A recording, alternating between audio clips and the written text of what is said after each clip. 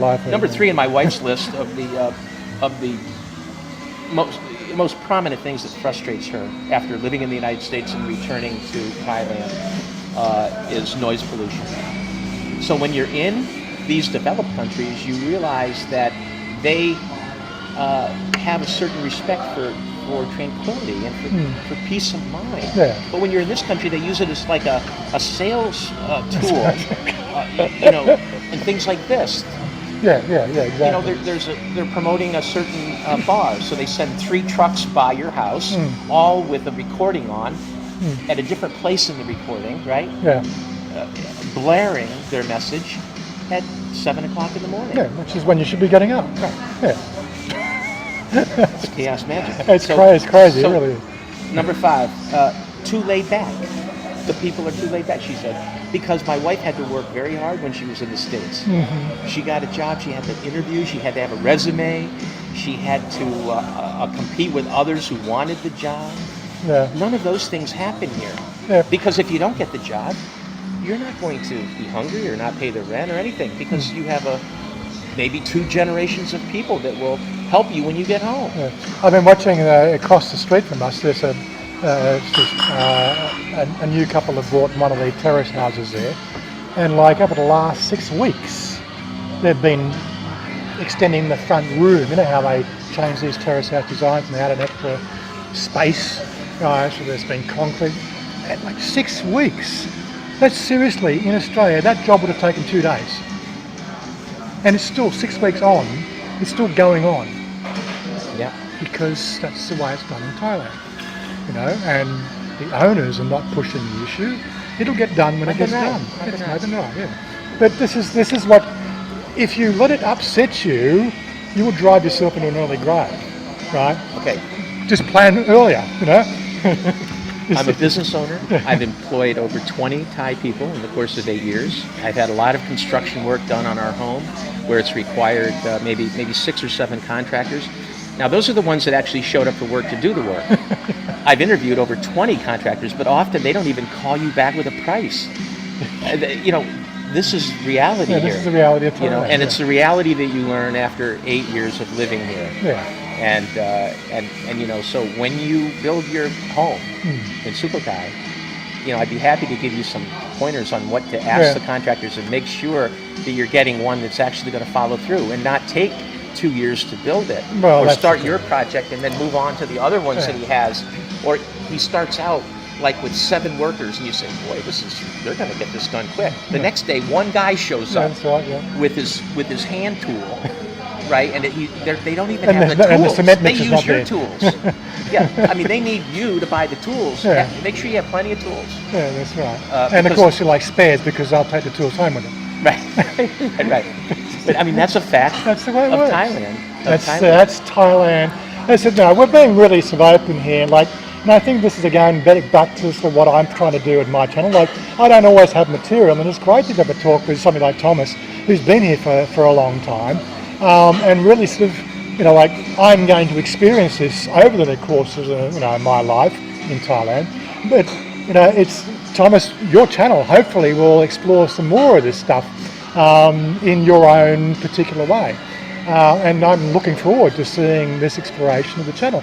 And by all means, invite me in to your channel when you get it up and running, and we'll talk more about these things. I'd like to get Warren into gambling, and I'd like to get him into, my wife's number 6, which is poor people succumb to loan sharks and gambling, and this creates even a worse situation. And that's true. Oh, yeah.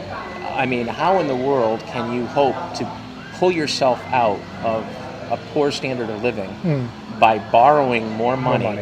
And here in this country, there's no enforcement. But doesn't happen over in the West as well. I've seen it. The debt in America is like $153,000 per person. Right, but nobody's showing up at the door willing to break your legs for it. You can always declare bankruptcy, or you can just do something. They will show up, and there's a lot of violence in that way in Thailand. But that's the other thing I must comment on, though.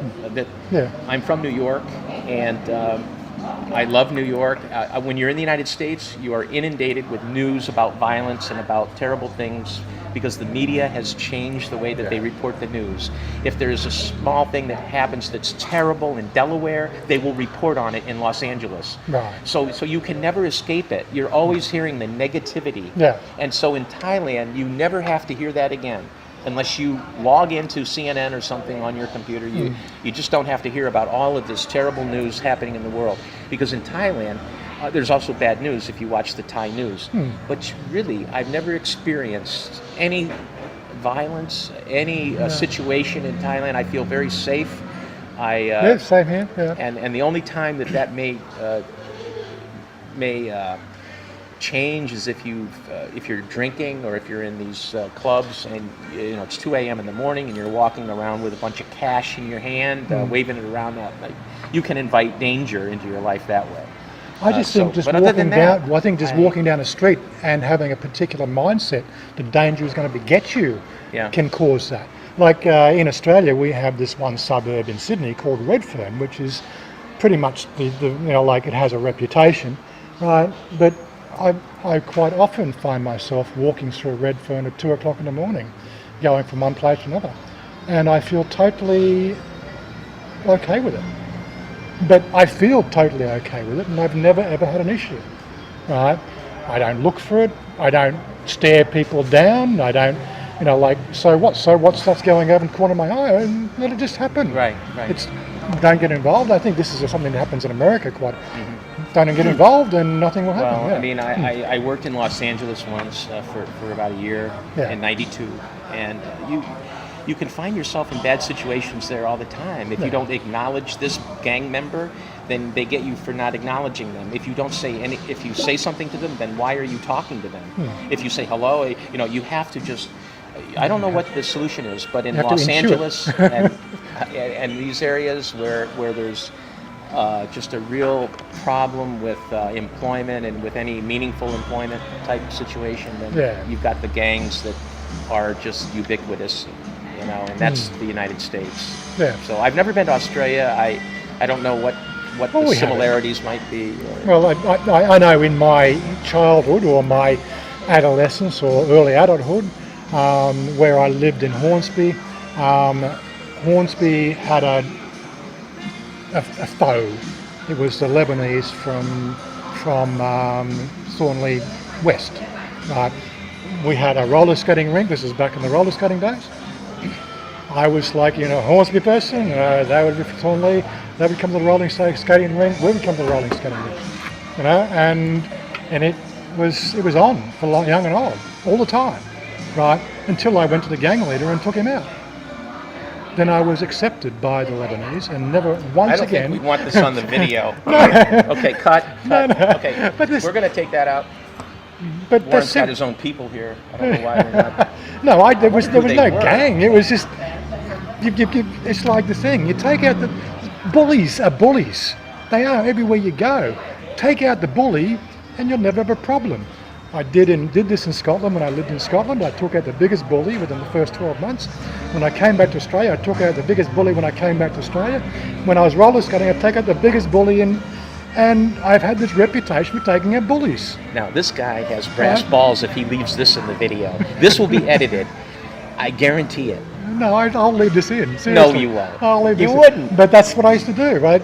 Of course, I've grown up since then, but that was sort of my, I just knew this whole bully mentality. Well, it's true. And that's it. And you're taught it in school. But in the day, and these are not the days where you go beat somebody up. It's the days where you get shot. Yeah. They have automatic weapons in Brentwood. I have to admit, this was 75 through to 80, and then you get shot. It's real easy. Don't forget, I've had my fair share of beatings too. I remember sort of one night sitting outside the Houston Inn where I was living in Scotland, right, and just, I think his name was Billy Toddy, walking down the street. He was pissed as a newt, seriously pissed as a newt, right, and five of us were sitting outside I was 15 or 16 years old. Oh, statute of limitations. We don't talk about that. I was just living in Scotland. It's just part of life, right? And there's five of us there. Billy Toddy's walking down, and everybody's just scattered. Because I'm the new guy. I don't know. It's almost like West Side Story. Everybody scatters. There's me in front of the pub. Everybody scatters, and Billy just told you this, what do you say? Huh? Hey, you want to have some? Hey? And he just had a go at me. I was thinking of that Thriller movie with Michael Jackson. I can't do the Scottish accent. Where the guy pulls out the knife and then Warren starts to do that dance, like Michael Jackson. Yeah, that's That right. would be perfect. Could you give us a demonstration? But the point is, I've been beaten up a bit in my time as well. Right, I've learned not to get beaten up. I learned that in Scotland. I got beat up a few times until I learned to duck. Right, and then you learn to duck and follow through with a round hook and then an uppercut and a few other things. You soon learn it. But anyway, so where were we up to in our list? Would that be one of those? What did you call it in Australia when you don't? Do I look like I give a? What was that again? Oh yeah, we have this. Most people don't know because most people aren't Australian. Right, Kevin Bloody Wilson has this song called Dilly Gaff. Oh yeah, right. Dilly Gaff. Yeah. Dilly Gaff, right? Do I look like I give a fuck? He looks like that all the time.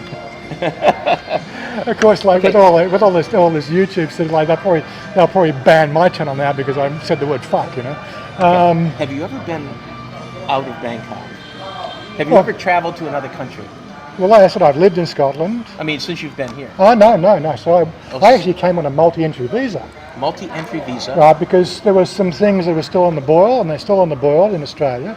And I don't know, like I said, if Richard and Greg actually get their act together with this particular new project, I could be living in Thailand, but I'll be working in Australia, and I'll be flying back to Australia. I'll tell you, that would be one of the greatest things that you could ever do, because if you come to Thailand, you have to have a way to be able to have, you can have a home base here. I've met many very interesting people, professional people in Bangkok that do not live here, but they're here for 6 months of the year, and then they work in other places or travel to other places. Yeah, that would be. We're just waiting for contracts to be put together. It's I don't want to go into too many details about it because it's still pretty much hush-hush.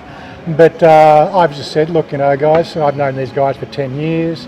And I said, look, if, they know, they've known my IRI for 10 years as well. I chose their product at the time to really leverage a particular business attitude to what we were doing in our business.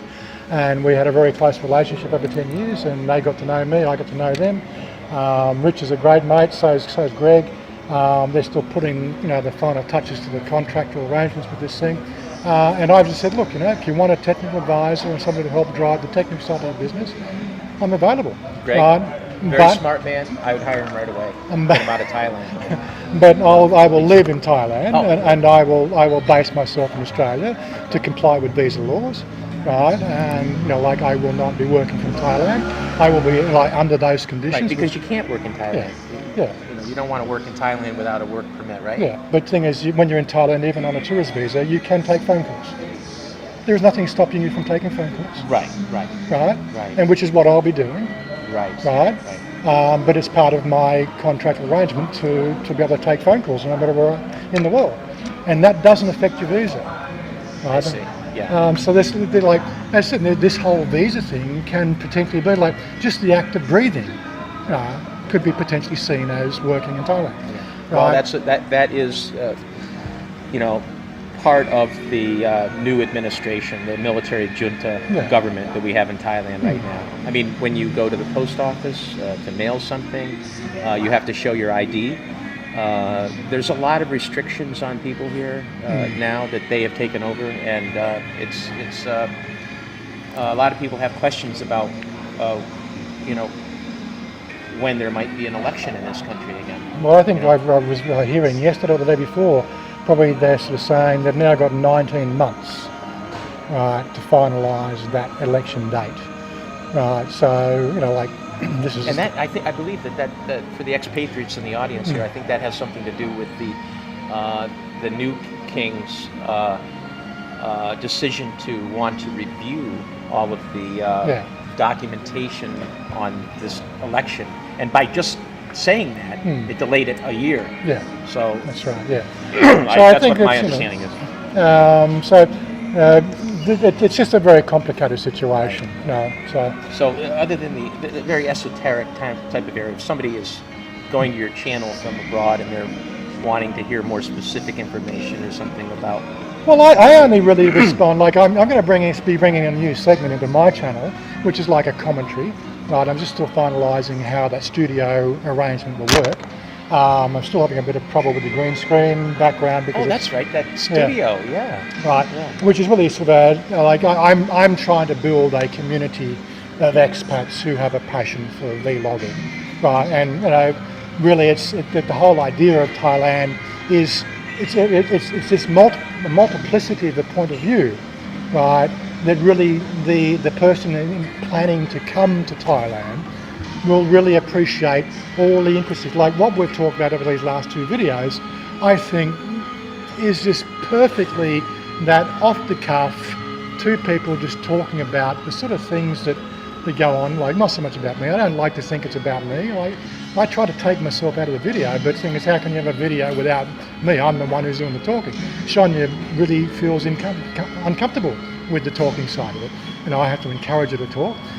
We could do a video with her and my wife. That would make exciting stuff. My wife is so quiet. I don't see why we don't do a Thai version of our videos, but one thing at a time. Like, you know, there's so many things to explore. I've only been doing this now for 7 months, right? And I'm only just touching the tip of the iceberg. Right. Right.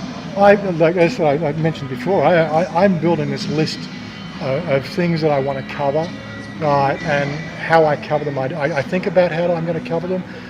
You know, what's the framework? I really think my channel is more about entertainment, hopefully giving something to the community, giving them a point of view of how they can really appreciate all the nuances of Thailand life and Thailand living. And they can only really see that when they come on walkabout with us, when we go to the markets and go to the supermarket. Yes. You know, this is what, you know, when you look at what Thai people do, this is what Thai people do. Apart from the work aspect, which, you know, and again, like a Thailand work day can be 12 hours long, and they've really got no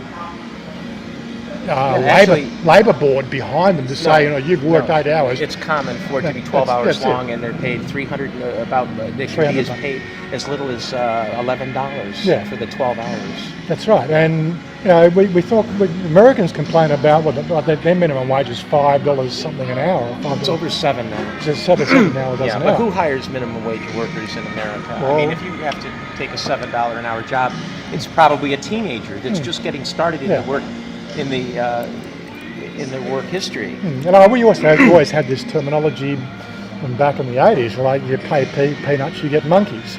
But that whole adage has disappeared over the last 30 years, which I find objectionable in society. Like, it's like, I know there's one guy I really want to sit down and have a chat with, because he's pretty much onto this subject as well. If you're watching my channel, you know who you are, and I know you're coming back, and we'll hopefully get together. What is it? Or is that hush hush? Oh, it's like I don't want to put him on the spot because I haven't had a chat to him. I think I've mentioned it once on message on Facebook messages that we should get together, and he said, "Yeah, let's do it." But I don't want to sort of preempt anything. The two of us could have a field day with this sort of about these whole thinking processes. But again, I don't want to sort of elaborate.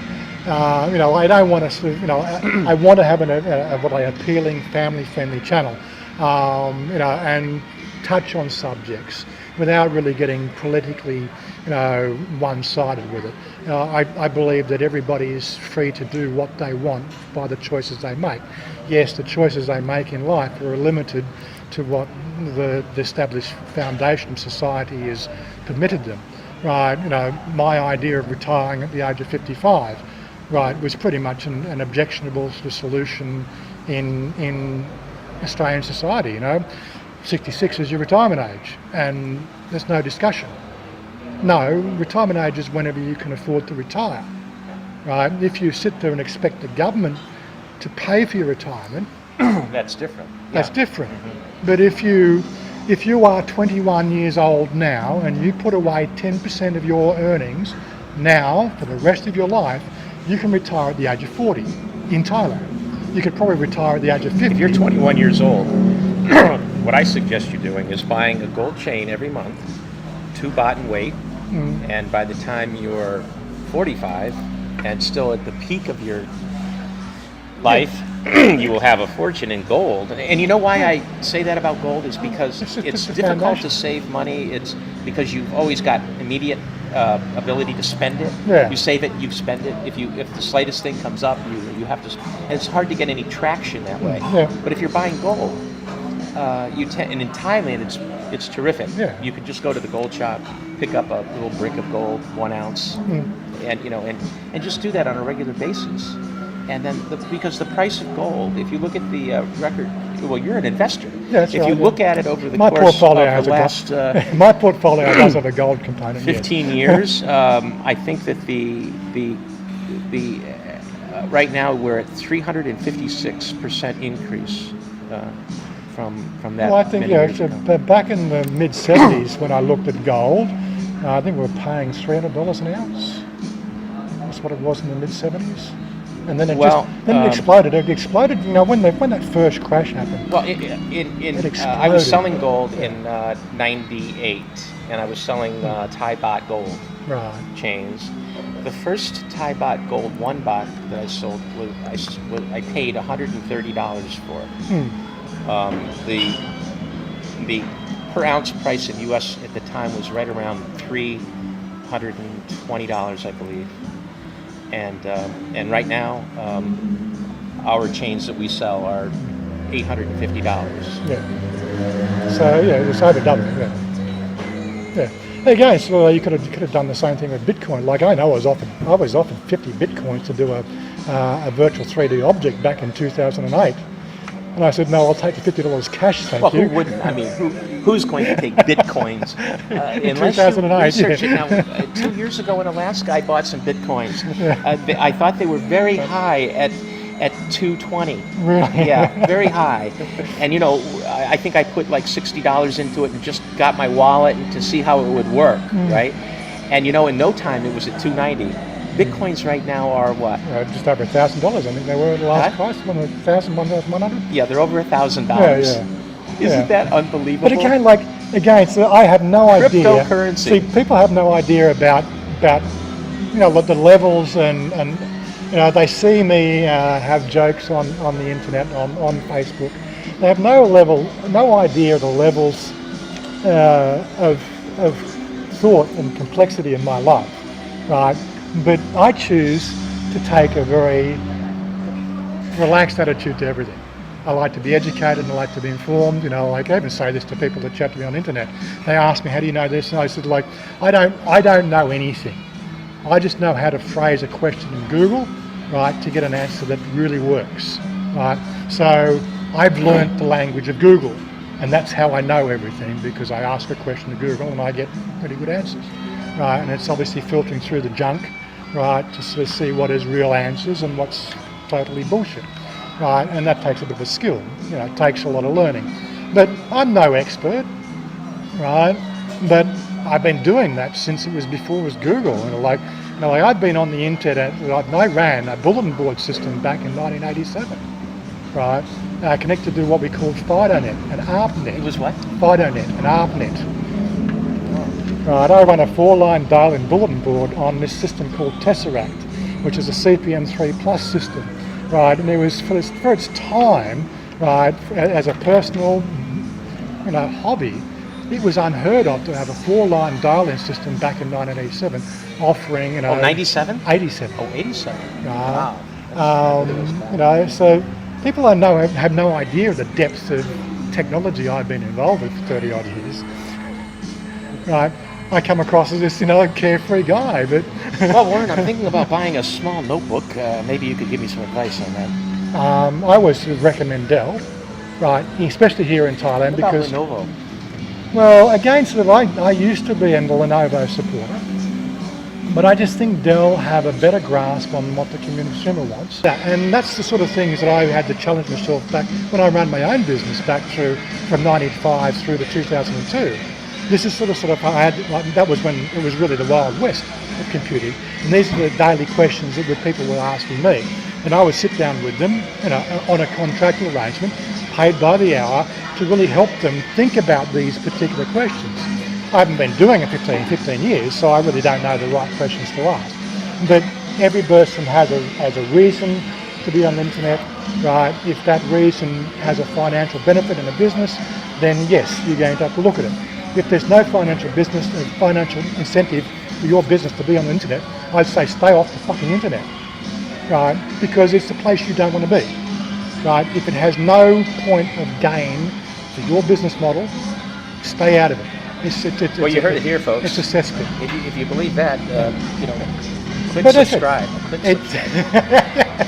Anyway, so I don't know how long we're going for this video. I'll just have a look He's at a talker. What can I say? Oh my God, we're up to 57 minutes. 57 minutes of non-stop. I don't know whether I'll actually break this into 2 30-minute segments Well, or he'll what. edit it all down, especially Hopefully. the part about Hell's Angels where he called that guy the name Yeah, about yes, Hell's right. Angels in Newport, Kentucky. There, that guy by the name of Hal. Yeah, he called him a name or something, but he'll edit that all out for me. I mean, for you. But anyway, so we'll have a link for his new channel as he's going to start up in the comment section. So don't forget to check the comments. Again, this is a bit of a departure from my normal sort of type of video. I don't know whether you guys are going to like it. Experimental. It is experimental. It's the part about the magic sort of side. that Yeah, magic. Yeah, that's that right. I think. Like all the Christians are going to leave my channel now. That's it. Like all Why would they? The central Bible belt of America. It's in America. 30% of my audience is Americans. I don't know how much of my audience is central Bible belt America, and I think I've lost all them. The Bible Belt. Well, I don't know if you really lost them. I've confused them more likely. They're still preaching They'll still creationism. listen. But In anyway. fact, you might think about starting your own religion. Oh well, I've done that. He's done that. That'll be in the next video. I am a minister for the All Saints Church. He's a minister. And not on All top Saints. of it. The Church of All Worlds, which was done by Oberon's. Is that like all worlds? It's again. I don't want to go into it. It's not. You're not going to get into those J-rods, are you? About the J-rod? I've been involved with the Church of All Worlds for quite some time, and I like what they do. Next thing you're going to find out is that he's been abducted by alien visitors to Well, his planet. I'm still waiting, right? Star-Lord, come on, this is where I just pull it up here. I want to go and explore the universe. This planet is doomed. Just as long as I can take my girl. We're going to close that with Pink Floyd, Dark Side of the Moon. Yeah. Take it away. Take it away, Pink Floyd. Yeah, well, unfortunately, it's again copyright music. I don't know how that... Oh, that's right. Anyway, okay, we're going to have to wrap this up here. It'll probably be 2 parts again, so all up with 3 parts, but we've had an absolute ball. We're probably going to continue talking for another... I know you had to be somewhere this afternoon, so I don't want to take up too much of your time. But I'm going to cut it up here now, and again, don't forget to hit the like, subscribe. It's perfect, 2 hours. Yeah, so like, subscribe, leave some comments if you... Make sure you comment and, thumbs up and... a thumbs please down. subscribe. I'm pretty sure that I'm going to piss a few people off with this one, but I think That's his goal. Believe me. It gives me nothing to work on. This is the way life is on the internet. Anyway, so we'll catch you guys later. Bye bye, or as my girl says, boy boy.